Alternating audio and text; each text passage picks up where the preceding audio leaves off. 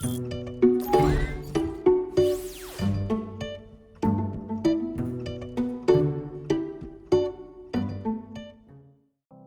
we often get the question if Outperform Planning can also do scheduling. And the answer is yes, it can. And this video is about scheduling. In the earlier videos, we talked about capacity constraint planning. And the idea is that once a plan is capacity feasible, you can actually execute it. But then before you can execute it, you need to schedule it. And in the English language, there are two words. There is scheduling or scheduling and planning. But in my own language, in Dutch, there's no such difference. Everything is called planning. And maybe even in your language, there's no difference either. So what really is the difference? Well, with planning, we make sure that all activities fit inside a bucket. A bucket may be a day, a week, or a month. So we really don't care if we fry the egg and then bake the bacon, or we first bake the bacon and then fry the egg. As long as the pan is available for enough time to fry both the egg and the bacon, then we are satisfied in planning. But in scheduling, we're not, because there is a difference in frying the bacon and then the egg, or frying the egg and then the bacon. So it's about a lot more detail. It's about batches starting at 10 past 11, and it's about worrying about the changeover, like from white milk to chocolate milk. And from white milk to chocolate milk is easy because you get darker, but if you go from chocolate milk to white milk, you need to wash out because you want the white milk to be truly white. Let's take a look at Outperform Planning. What does it look like? We start off with supply, take a look at the workbench, we look at Dallas, everything looks nice and balanced. There are a few inventory exceptions. Let's look at one of the monitors, and capacity wise, it's all in good shape. There are days at the beginning of the horizon revving up to the 80% level. There's the weekend. Later on it may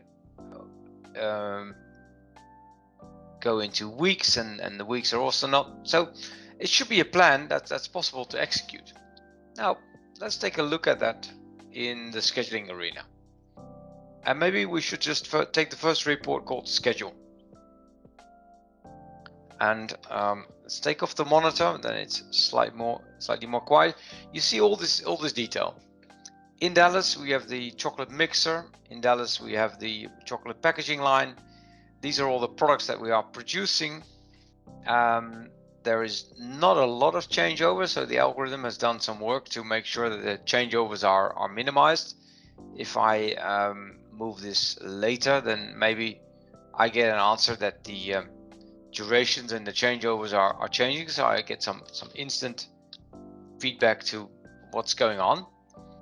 And to give this a more visual spin, let's look at the Gantt chart, and here we see the typical activities in a sequence.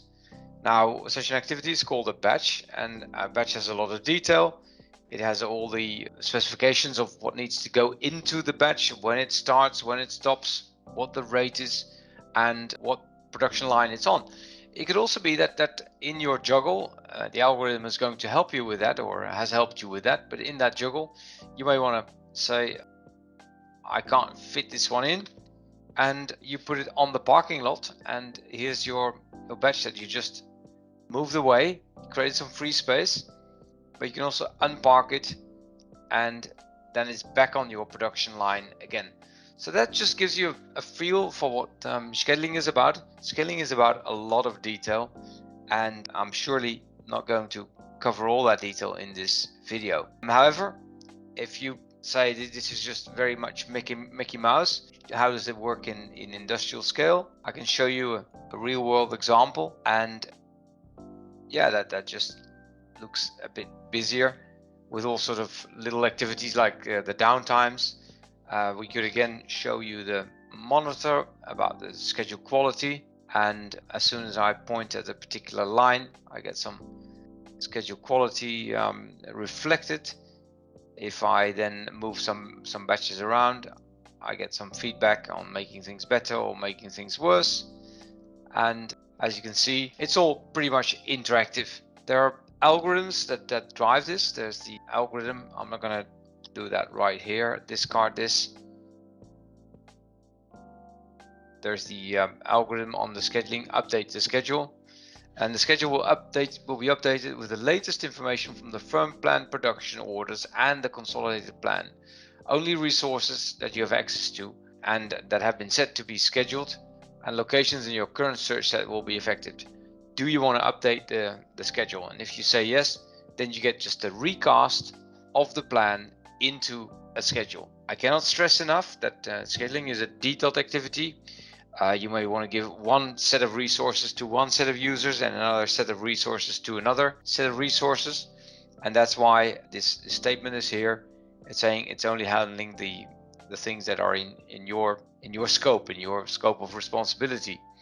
The place that you set that is in resources, and in resources you decide whether there's an access group, and that's how you can distribute that.